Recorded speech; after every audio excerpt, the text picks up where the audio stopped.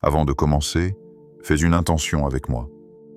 Si ton cœur cherche la paix, abonne-toi à Chemin vers Allah, pour que ces rappels t'accompagnent chaque jour sur le chemin vers lui.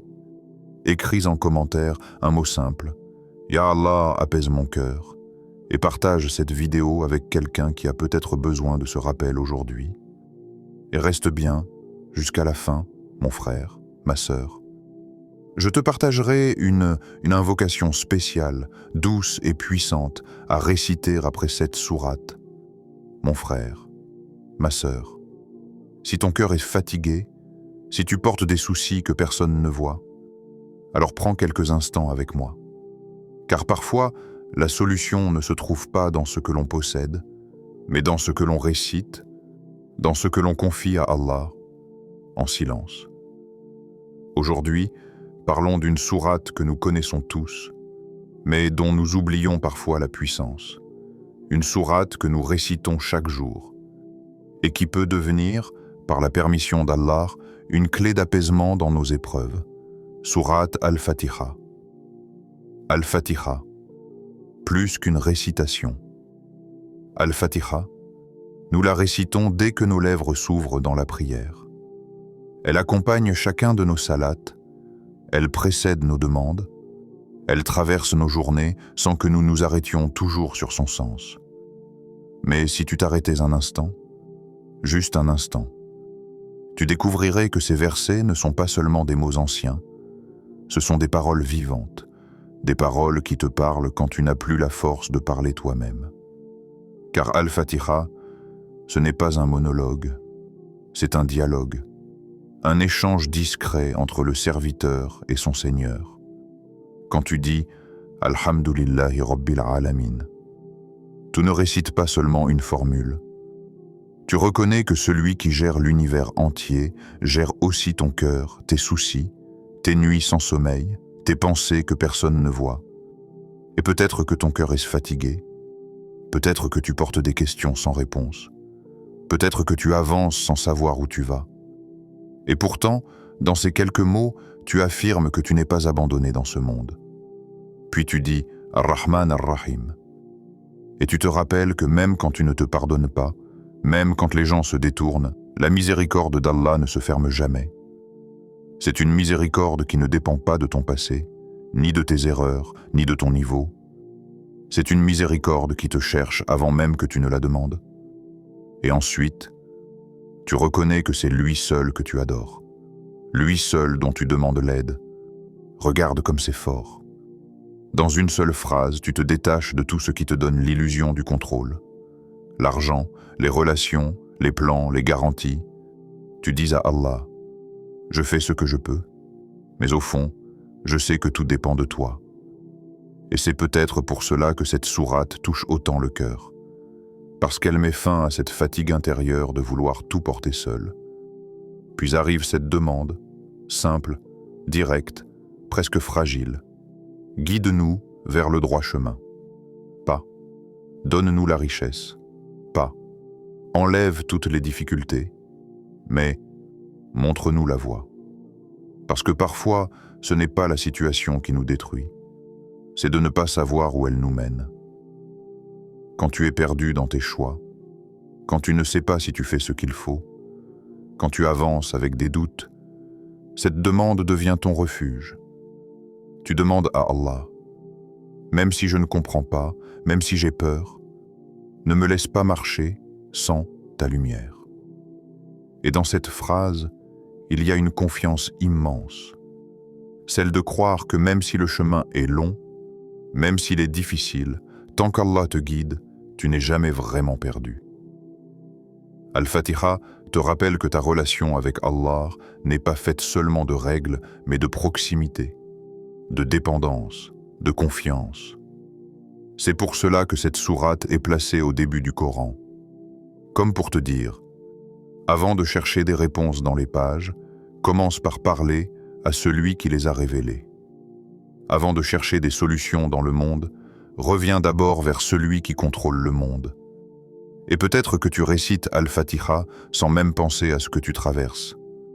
Mais ton cœur, lui, sait. Il sait ce qui lui fait mal. Il sait ce qu'il espère encore. Et quand tu poses ton front au sol et que tu récites ces versets, c'est comme si ton cœur disait à Allah: je suis là, je ne sais pas tout, mais je te fais confiance. Une prière pour toutes les situations. Les épreuves n'ont pas toutes la même forme, mais elles ont souvent le même poids sur le cœur. Certains se réveillent avec une douleur dans le corps, d'autres avec une inquiétude dans la tête, certains avec un vide dans la poitrine, et d'autres avec une peur pour l'avenir. Et même quand les sourires sont là, même quand tout semble normal à l'extérieur, il y a parfois à l'intérieur des batailles silencieuses que personne ne remarque. C'est pour cela que le cœur humain a toujours besoin de la même chose: se sentir en sécurité, se sentir compris, se sentir guidé. Et dans Al-Fatiha, tu ne demandes pas un miracle précis. Tu demandes quelque chose de plus profond. Tu demandes à ne pas être abandonné dans ce que tu traverses. Quand tu fais face à une maladie, ce n'est pas seulement le corps qui souffre, c'est aussi le mental, c'est aussi la peur de demain, c'est aussi la fatigue d'espérer. Et quand tu récites Al-Fatiha, tu ne dis pas seulement « guéris-moi ». Tu dis « Ya Allah, reste avec moi dans cette épreuve. Ne me laisse pas m'éloigner de toi pendant que je souffre ». Quand les difficultés financières arrivent, ce n'est pas seulement une question d'argent. C'est une question de dignité, de responsabilité, de pression. Et dans cette sourate, tu rappelles à ton cœur que ta subsistance ne vient pas des gens, ni des contrats, ni des opportunités. Elle vient d'Allah. Alors même si tu travailles, même si tu cherches, tu sais que la porte réelle reste entre ses mains. Quand tu es triste, quand quelque chose s'est brisé en toi, quand tu perds quelqu'un, quand une relation te laisse des cicatrices, Al-Fatiha devient un endroit où déposer ta fatigue, sans avoir besoin de tout expliquer, sans avoir besoin de trouver les mots, parce qu'Allah connaît déjà ce que tu n'arrives pas à dire. Et parfois, ce ne sont pas les grandes épreuves, mais les décisions, les choix, ces moments où tu te demandes « est-ce que je vais dans la bonne direction ?» Changer de travail, commencer un projet, faire confiance à quelqu'un, t'éloigner d'une situation. Et dans Al-Fatiha, tu demandes simplement « montre-moi le chemin qui te plaît, même si ce n'est pas celui que j'avais prévu. » Parce que ce que ton âme cherche vraiment, ce n'est pas seulement la facilité, c'est la tranquillité du cœur. Et cette tranquillité, elle naît quand tu sais que tu marches dans une direction qu'Allah approuve. C'est pour cela que cette sourate accompagne chaque prière, comme si Allah te rappelait plusieurs fois par jour.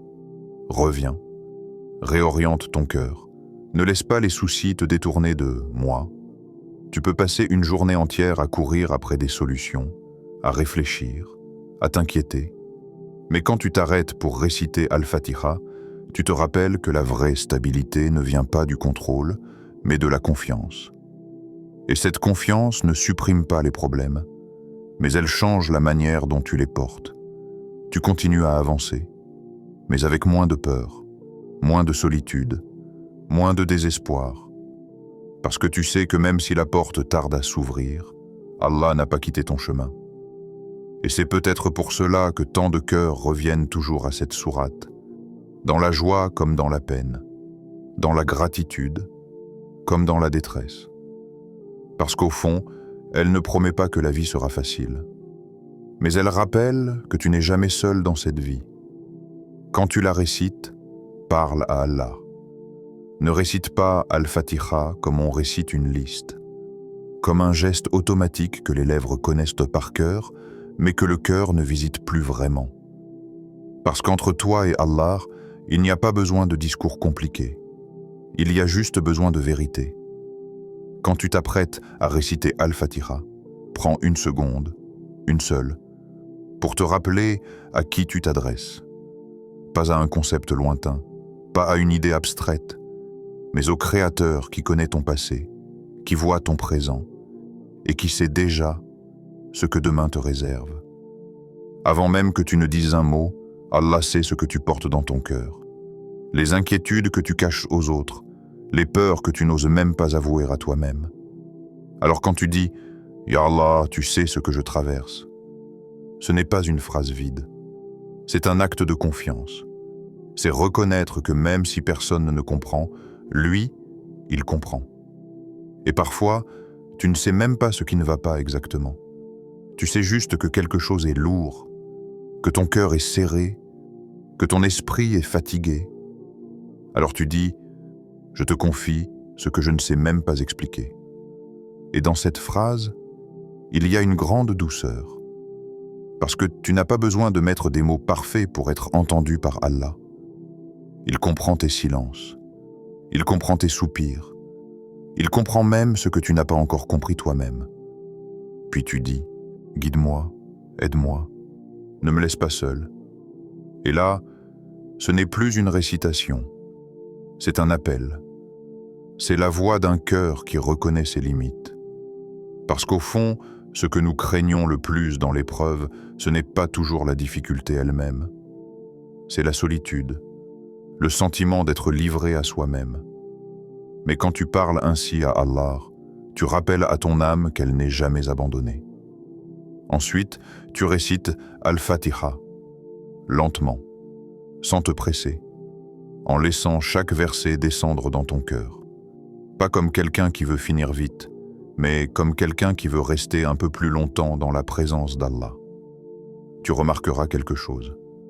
Peut-être que ton problème n'aura pas encore changé, peut-être que ta situation sera toujours la même, mais ton cœur, lui, commencera à respirer autrement. Parce que la paix ne vient pas toujours après la solution. Parfois, elle vient avant, comme un cadeau pour t'aider à patienter. Et cette paix, elle ne dépend pas de ce que tu vois. Elle dépend de celui en qui tu places ta confiance. C'est pour cela que certaines personnes continuent à réciter, même quand la réponse tarde. Pas parce qu'elles n'ont plus de problème, mais parce qu'elles ont trouvé un refuge. Un endroit intérieur où déposer ce qui fait mal, sans jugement, sans pression. Et plus tu parles à Allah comme à ton Seigneur proche, pas seulement comme à une obligation religieuse, plus ta relation avec la prière change. La prière ne devient plus une tâche, elle devient un rendez-vous, un moment où ton cœur peut enfin dire la vérité. Et parfois, ce n'est même pas ce que tu dis qui compte, c'est le fait que tu sois là, devant Allah, avec ton besoin, avec ton espoir. Parce que même quand tu n'as plus d'énergie, même quand tu n'as plus de mots, le simple fait de te tourner vers lui est déjà une forme de réponse. Des moments où elle touche encore plus le cœur. Il y a des moments dans la journée où le bruit du monde s'éloigne un peu, où le cœur devient plus sensible, plus honnête. Après la prière, quand tout est calme, quand tu es encore assis sur ton tapis, que ton corps est immobile mais que ton esprit est encore chargé, c'est un moment où Al-Fatiha ne ressemble plus à une obligation, mais à une prolongation de la conversation. Tu viens de te lever devant Allah, tu viens de poser ton front au sol, et maintenant, tu lui parles encore, sans posture, sans formalité, juste toi et lui, et parfois c'est la nuit, quand tout le monde dort, quand ton téléphone est silencieux, quand personne ne te demande d'être fort, tu es là, avec tes pensées, tes inquiétudes, tes regrets, et tu récites Al-Fatiha, dans le silence, dans la pénombre. Dans ces moments-là, les versets ne passent pas vite. Ils s'installent, ils accompagnent, parce que la nuit révèle souvent ce que le jour cache, les peurs que tu ignores quand tu es occupé, les questions que tu repousses, les tristesses que tu n'as pas le temps de ressentir. Et dans cette solitude, réciter Al-Fatiha devient comme allumer une lumière. pas pour effacer tout d'un coup, mais pour ne plus rester dans le noir. Il y a aussi ces moments où l'angoisse arrive sans prévenir. Tu ne sais pas pourquoi, tu n'as pas forcément une mauvaise nouvelle, mais ton cœur se serre, ta respiration change, tes pensées deviennent lourdes, et tu ne sais même pas quoi demander exactement. Alors tu récites, pas pour tout expliquer, mais pour te rappeler que tu n'es pas seul dans cette tempête intérieure.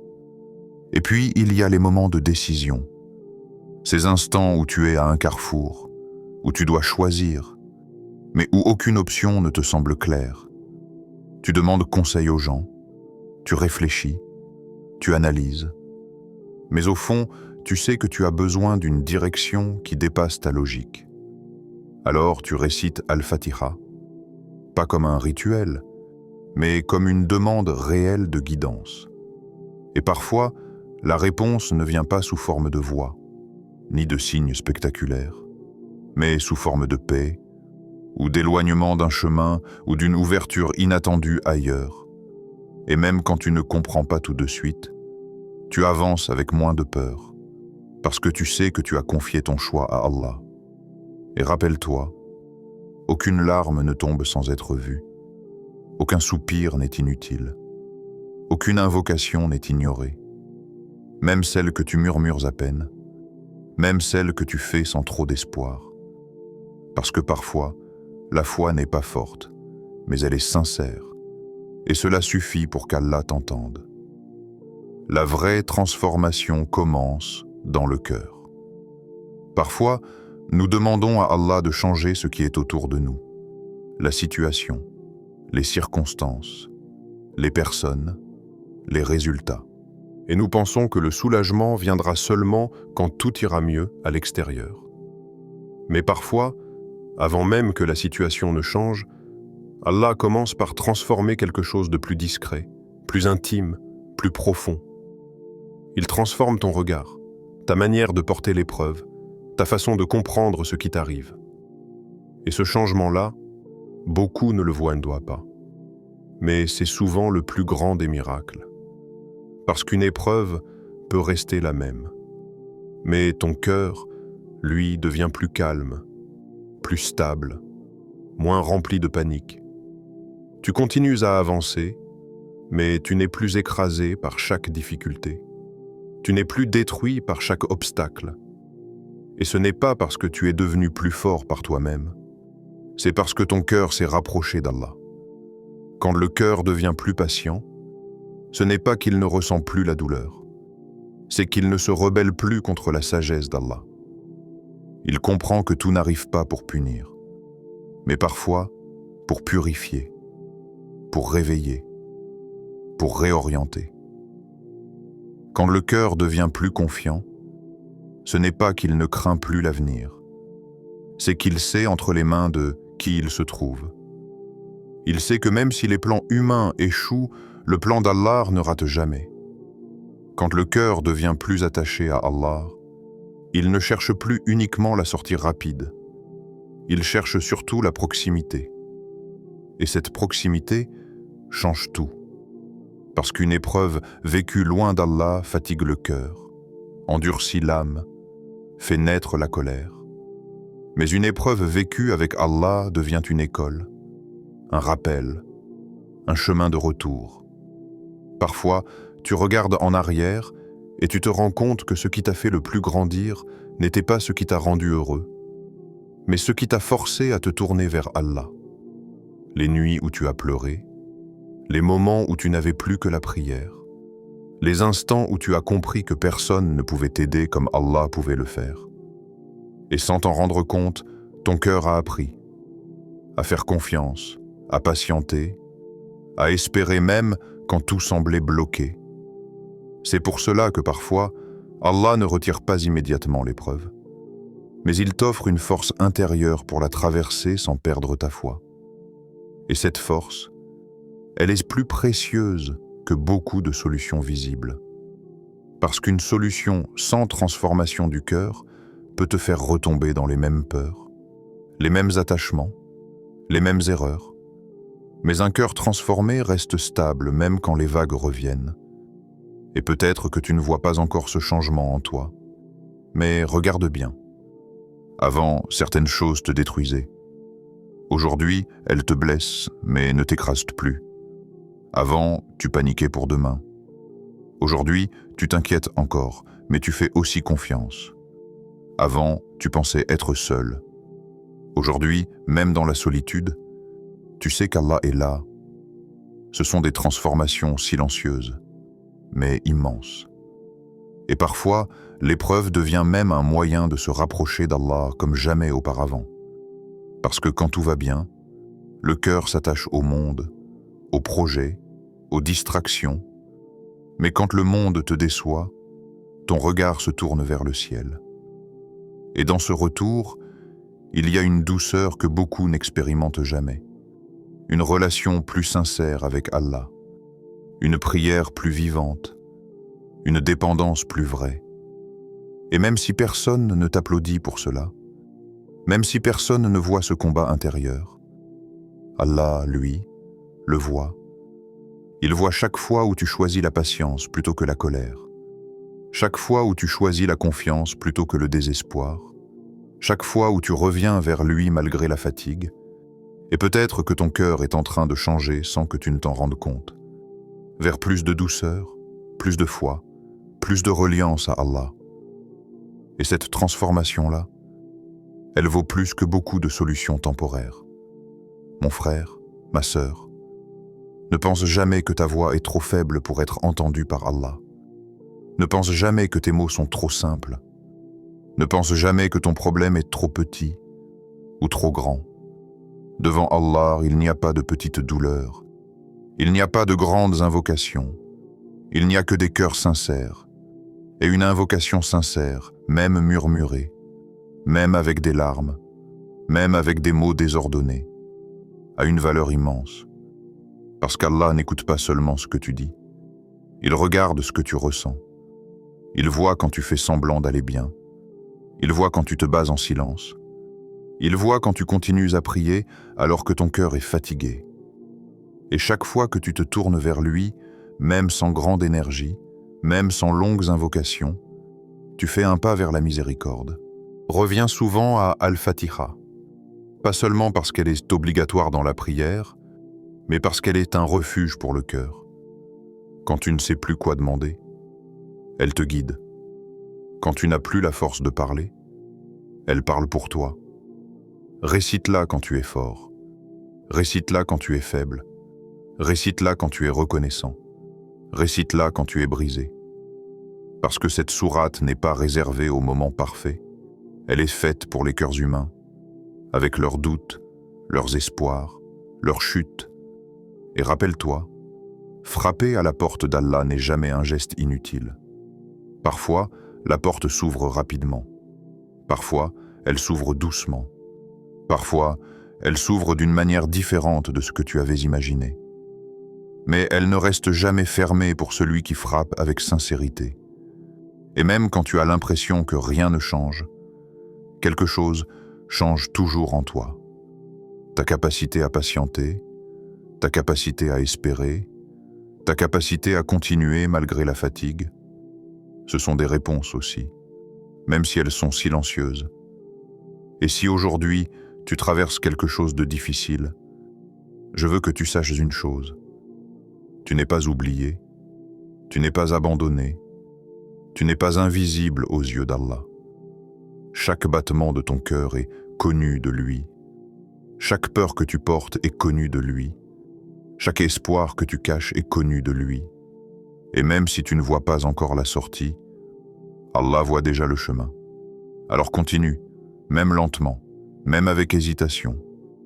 Continue à invoquer, continue à réciter, continue à espérer.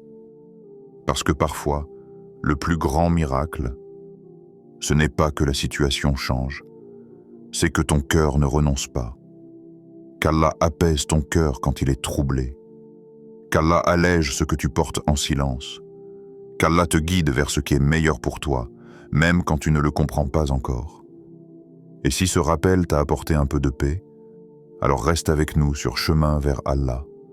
Abonne-toi et avançons ensemble. pas à pas, dans la foi, dans l'espérance, sur le chemin qui mène vers lui.